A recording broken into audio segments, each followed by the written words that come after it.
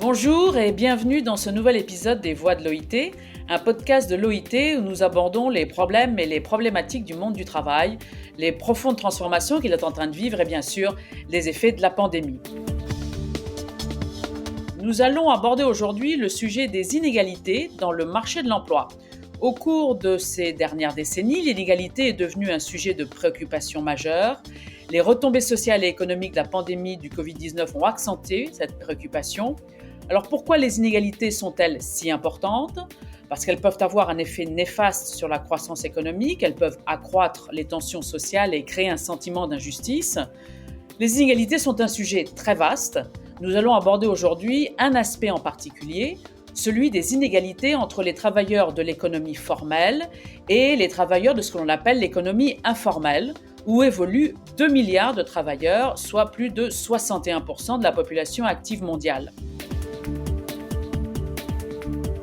Alors pour en parler avec nous aujourd'hui, nous avons Florence Bonnet, qui est spécialiste du marché du travail de l'OIT. Bonjour Florence. Bonjour Isabelle. Alors commençons par une petite mise au point. Alors de quoi parle-t-on quand on parle d'inégalité ? On peut parler d'inégalité horizontale entre riches et pauvres, inégalité verticale entre différents groupes sociaux, d'inégalité de genre. Florence, donnez-nous une petite définition. En fait, vous avez déjà donné pas mal d'indications sur ce que sont les inégalités. C'est la première chose que je voudrais dire, c'est qu'il n'est pas question d'inégalité au singulier, mais d'inégalité au pluriel, avec différentes formes d'inégalité. Et quand on parle d'inégalité, en fait, ce qui est important de savoir, c'est d'inégalité de quoi ? Est-ce qu'on parle, par exemple, d'inégalité des salaires sur les salariés, d'inégalité du revenu du travail en général, c'est-à-dire les salariés et les travailleurs indépendants, ou d'inégalité du revenu total, y compris la redistribution, les transferts sociaux et le paiement des impôts. Il est aussi important de savoir si on parle d'inégalité de résultats, donc typiquement le résultat, le revenu, ou d'inégalité des chances, où là on regarde est-ce qu'il y a effectivement une possibilité de mobilité sociale, intergénérationnelle. Et enfin, quand on parle d'inégalité, et c'est ce que j'ai dit tout à l'heure, on parle aussi d'inégalité pour qui ? Et là, il est question d'inégalité entre les pays, et d'inégalités au sein des pays entre différents groupes de travailleurs. C'est les inégalités horizontales ou du haut en bas entre les riches et les pauvres. Vous avez mentionné tout à l'heure justement inégalité verticale ou horizontale, et c'est une façon aussi de regarder les différentes inégalités au sein d'un même pays. On va par exemple regarder les inégalités entre hommes et femmes, les inégalités entre les jeunes et les plus âgés, ou les inégalités entre différents groupes selon l'origine ethnique, l'origine familiale. Non, donc aujourd'hui, nous allons parler des inégalités entre les travailleurs de ce qu'on appelle l'économie formelle et les travailleurs de l'économie informelle. Mais d'abord, une autre petite définition, de qui parle-t-on quand on parle de travailleurs informels ? Quand on parle de l'informalité, on parle vraiment de diverses réalités. Ce qu'il faut savoir, c'est que l'informalité, elle est partout, à la fois dans les pays développés, les pays en développement et les pays émergents, bien que l'ampleur de l'informalité est plus présente dans les pays en développement et les pays émergents. Mais par exemple, si on prend différents exemples, et pour bien comprendre que l'informalité peut être partout, en France, en Espagne, au Portugal, l'informalité peut être typiquement des travailleurs salariés en emploi non déclaré, y compris dans des entreprises formelles. Ça va être typiquement des travailleurs dans le secteur de la construction, dans l'hôtellerie, la restauration, typiquement des travailleurs en emploi occasionnel, temporaire, c'est-à-dire à durée indéterminée ou dans des emplois plus précaires. Et ce qui veut dire que leur emploi n'est pas déclaré auprès des institutions du travail, auprès de la sécurité sociale. Ça veut dire qu'aucune cotisation n'est faite en leur nom. Et ce qui veut dire que, par exemple, s'ils perdent leur emploi, ou s'ils sont dans l'incapacité de travailler, je sais pas, en cas d'accident du travail, ces travailleurs ne vont pas recevoir la protection sociale auquel ils auraient dû avoir droit. Dans les pays développés, ces travailleurs, pour la plupart, entrent dans le cadre de la loi, c'est-à-dire que ils sont pas exclus du cadre de la loi, mais cette loi n'est pas mise en pratique dans les faits. Et de fait, ils n'ont pas accès à une protection adéquate quand ils en ont besoin. Un autre exemple d'informalité, et là c'est pour insister sur d'autres sources d'informalité, peuvent être les travailleurs domestiques. Et ça, les travailleurs domestiques sont très exposés à l'informalité, plus de 8 sur 10 sont en emploi informel, et ça concerne à la fois les pays développés et les pays en développement. Et pour nombre de travailleurs domestiques, la source d'informalité n'est pas dans la mise en pratique de la législation, mais ils sont exclus d'emblée de certaines législations donnant accès à certaines protections. Par exemple, dans les États arabes, l'ensemble des travailleurs domestiques n'ont pas droit, selon la loi, à des congés maternité rémunérés. Ce qui veut dire que c'est pas, avant de penser à la mise en application de la législation, pour eux, il est question d'étendre la législation pour qu'ils soient effectivement couverts. Maintenant, j'ai donné 2 exemples d'emplois salariés informels. Ce qu'il faut savoir, c'est que la majorité des travailleurs informels ne sont pas des employés salariés, mais il s'agit d'indépendants. Les salariés représentent uniquement 36% de l'ensemble de l'emploi informel. Donc, quand on parle d'informalité, en particulier dans les pays en développement, on parle de travailleurs qui sont le plus souvent à leur propre compte. Et un cas typique d'informalité, ça va être par exemple les vendeurs de rue qu'on va trouver dans les grandes villes d'Afrique, d'Asie ou d'Amérique latine. Par exemple, la vendeuse de fruits et légumes, ou aussi des artisans, couturiers, garagistes, dont l'activité n'est pas enregistrée, non légalement reconnue. Et ce qui veut dire que non seulement elle n'est pas conforme aux obligations que cela entraîne, mais elle ne va pas bénéficier non plus des avantages que peuvent accompagner la formalité. Et ça, typiquement, on le voit très bien dans le cas de la crise de la Covid-19 maintenant, c'est-à-dire que les mesures qui s'adressaient aux petites entreprises s'adressaient à ceux qui étaient enregistrés, légalement reconnus. Si on est informel, invisible des institutions, il est extrêmement difficile en fait d'être atteint par ces mesures. En fait, ce que je voudrais dire à travers ces exemples, c'est que l'informalité, elle est vraiment diverse. Elle retrouve des réalités vraiment différentes, mais par contre, tous ces travailleurs informels ont tendance à avoir une caractéristique commune importante. Ces travailleurs ne sont pas reconnus, ne sont pas suffisamment protégés, et ce qui veut dire que ça les rend plus vulnérables, et que tous, qui qu'ils soient, ont à différents degrés des déficits de travail décents.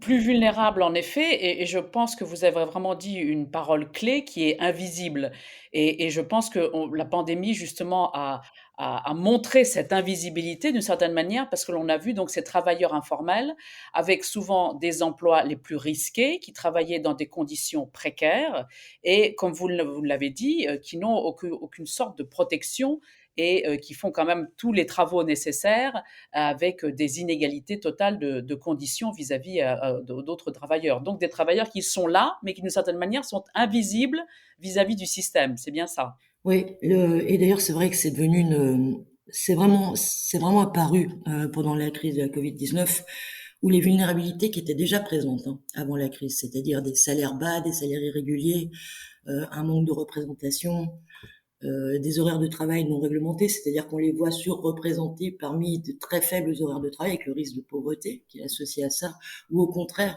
avec des horaires extrêmement longs et le risque d'accident du travail et évidemment aussi la question de l'équilibre entre vie familiale et vie professionnelle. Et tout ça a été accentué par la crise où on s'est rendu compte que bon, non seulement ces travailleurs n'avaient pas de protection sociale, c'est-à-dire aucun revenu de remplacement lorsque les activités ou lorsque les mesures de confinement ont été mises en place. Donc pour certains, l'arrêt du travail forcé, l'impossibilité de gagner un revenu est vraiment un problème à couvrir, y compris les dépenses les plus essentielles, y compris pour se nourrir. Et pour d'autres, la nécessité, quand ils pouvaient, de continuer à travailler sans nécessairement pouvoir respecter les mesures de distanciation nécessaires. Donc pas de protection sociale, pour beaucoup pas d'épargne, donc pas d'autres moyens de faire face au choc. Et comme je l'ai dit, la difficulté pour eux, en fait, de bénéficier des mesures qui ont pu être développées par les gouvernements pour essayer d'atténuer justement les conséquences de cette crise, mesures de chômage partiel, de chômage total, des lignes de crédit, qui en fait pour beaucoup sont restées limitées à l'économie formelle. C'est-à-dire que en très grande partie, ces travailleurs de l'économie informelle sont restés très en dehors du champ de la majorité des mesures qui ont pu être développées en réponse à cette crise. Et comme vous l'avez dit et comme je l'ai dit avant, c'est vraiment cette question de la reconnaissance légale à la fois en tant que travailleur et unité économique et de la visibilité que peuvent avoir ces travailleurs. Et ça vient aussi du manque d'organisation, du manque de représentation et de la difficulté pour eux à faire entendre leur voix. Donc il y a une double mise en marge qui existait déjà et qui s'est accrue avec la pandémie, donc comme vous l'avez dit, l'absence de protection sociale. Est-ce que nous avons vu un appauvrissement encore plus grand de ces travailleurs informels qui déjà, normalement, gagnent beaucoup moins que les travailleurs formels depuis la pandémie? Donc oui, Isabelle, vous avez raison. Si on commence à parler de déficit de travail décent, ça commence par les différences salariales entre travailleurs informels et travailleurs formels. Et en parlant des différences salariales, il s'avère qu'un travailleur informel salarié gagne en moyenne 61% de ce que touche un travailleur salarié formel. Donc on voit que même avant la crise, la rémunération des salariés dans l'informel était moindre et la situation est bien pire dans le cas des femmes en emploi informel, puisqu'une femme employée salariée informelle gagne en moyenne 47% de ce que touche un homme en emploi formel salarié, toujours. Et enfin, comme je l'ai dit tout à l'heure, bon, les salariés, ce ne sont pas la majorité des travailleurs informels, donc il est important d'utiliser des indicateurs plus larges que le salaire. On peut notamment considérer la pauvreté qui touche à l'ensemble des travailleurs en emploi informel, et il s'avère que le taux de pauvreté parmi les travailleurs informels est 2 fois plus élevé que le taux de pauvreté parmi les travailleurs formels, et que quand on regarde au sein des travailleurs informels, les travailleurs indépendants en emploi informel ont des taux de pauvreté de 44%, c'est-à-dire encore plus élevés que les employés en emploi informel, pour lesquels 32% sont actuellement en dessous du seuil de pauvreté. Donc, c'est-à-dire que les travailleurs informels sont plus pauvres que les autres, que les travailleurs formels, et au sein des travailleurs informels, certains groupes sont encore plus pauvres que d'autres. Bon, bien évidemment, ces différences de salaire, ces différences de gains du travail sont très largement liées à des faibles niveaux de productivité qui tendent à caractériser les activités informelles. En fait, il s'avère que les unités de l'économie informelle sont en moyenne en tout cas 2 fois ou 3 fois moins productives que les unités formelles.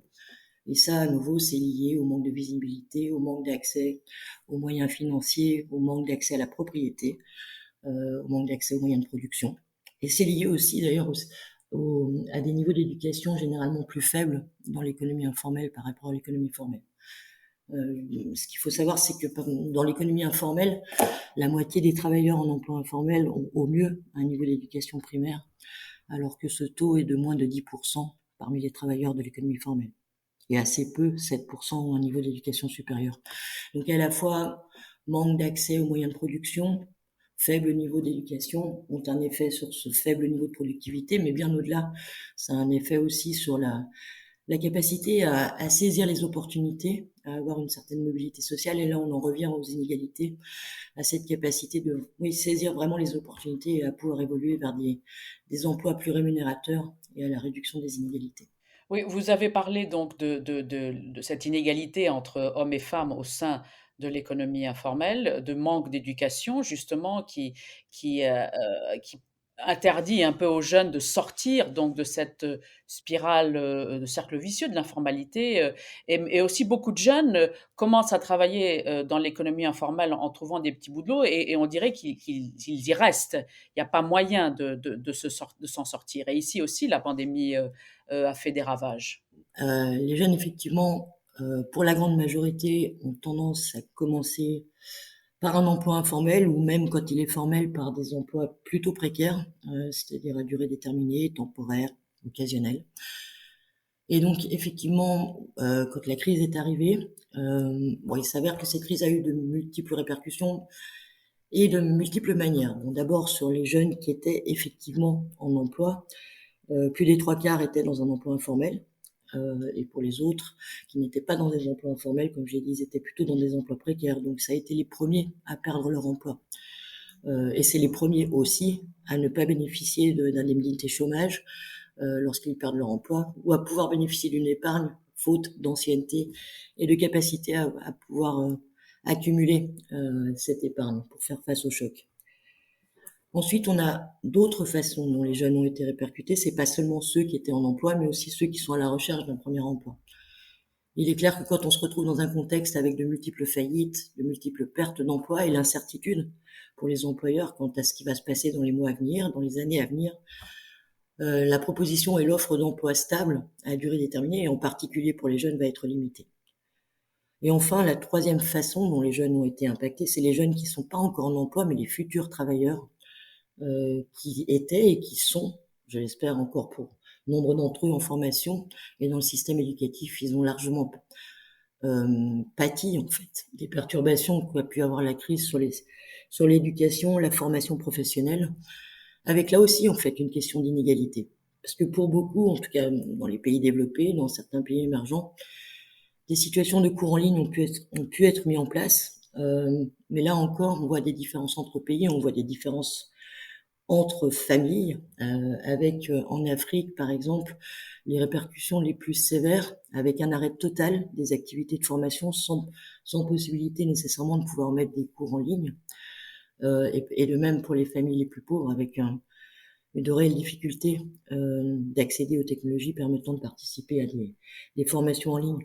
Donc ce qu'on voit ici, c'est que les inégalités qui étaient présentes avant la crise, entre jeunes et moins jeunes, risquent d'être renforcées pour les générations à venir, pour pouvoir accéder à un emploi de qualité. Ce qu'il faut savoir, c'est que le niveau d'éducation, c'est pas une garantie pour accéder à un emploi formel, mais c'est quand même un sacré atout. Et quand on regarde la situation, on voit que si plus de 90% des travailleurs avec pas du tout d'éducation formelle sont en emploi informel, ce taux d'informalité tombe à un quart des travailleurs qui ont pu accéder à une éducation supérieure. Ce qui veut dire que l'accès à l'éducation, c'est quand même un bon atout pour pouvoir accéder plus tard à un emploi formel. Et c'est aussi un bon atout pour pouvoir bouger éventuellement entre un emploi informel et un emploi formel. Et là encore, je reviens à cette question de mobilité. Alors, face à un phénomène aussi complexe, qui ne se mesure pas donc seulement en termes de salaire, mais dans toutes sortes de paramètres, très différents, que peut-on faire? Que peuvent faire les gouvernements? Que peuvent faire les entreprises? Comment peut-on combattre, les inégalités? Donnez-nous un peu, en gros, peut-être 3 idées, pour justement pour pouvoir aborder ce sujet. Oui, je vais vous donner bon peut-être 2 idées ou 3 idées, en considérant que la première n'est pas vraiment une idée, mais un principe qui est important à prendre en compte quand on pense à réduire les inégalités. Et en cela, ça se rapproche en fait de quand on pense à favoriser la transition de l'informel au formel. C'est que quand on s'adresse ou on vise à réduire les inégalités, il convient de combiner et de coordonner différentes interventions. C'est-à-dire qu'il faut aborder cette question des inégalités de façon intégrée et viser non seulement à créer des emplois, une croissance inclusive, à augmenter la productivité, à améliorer l'accès à la formation, mais aussi améliorer le fonctionnement des institutions, réduire les vulnérabilités des différents groupes et évidemment aussi agir sur les systèmes de protection sociale afin d'agir sur la redistribution. Ce que j'essaye de dire là, c'est que quelles que soient les idées que je vais donner, il est important de considérer ces idées et les interventions de façon coordonnée. Par exemple, à commencer par la première idée qui porte sur l'extension de la protection sociale et le renforcement des institutions de sécurité sociale, il est clair que ça ne peut pas être la réponse unique aux inégalités. Agir sur la redistribution est un pan de l'action, mais elle n'est pas suffisante et de loin pas suffisante. Mais bon, pour commencer par le renforcement des systèmes de protection sociale, il est clair que ce renforcement peut jouer un rôle important dans la réduction des inégalités, et cela concerne en particulier la mise en place de systèmes de protection sociale universels, complets, durables, adéquats, qui proposent des niveaux de protection suffisants, qui permettent aux familles, aux travailleurs et à leurs familles de répondre à leurs besoins. C'est aussi permettre d'avoir des systèmes pérennes. Et la pérennité repose en partie sur la façon dont sont financés ces systèmes de protection sociale. Et là intervient aussi la nécessité de travailler sur favoriser la transition de l'informel vers le formel et de favoriser l'extension via des systèmes de protection sociale contributifs, en plus du non contributif qui va s'avérer être l'option la plus appropriée pour certains groupes dans l'informalité. Ça m'amène à ma deuxième ou ma troisième idée, si je considère que la première proposition était une idée. Et elle n'est pas surprenante, cette troisième idée, c'est effectivement de favoriser la transition vers l'économie formelle. Ce qu'il faut savoir, c'est que l'informalité est l'une des sources d'inégalité. Et réellement faciliter la transition vers la formalité fait partie des réponses qui peuvent contribuer à la réduction de ces inégalités.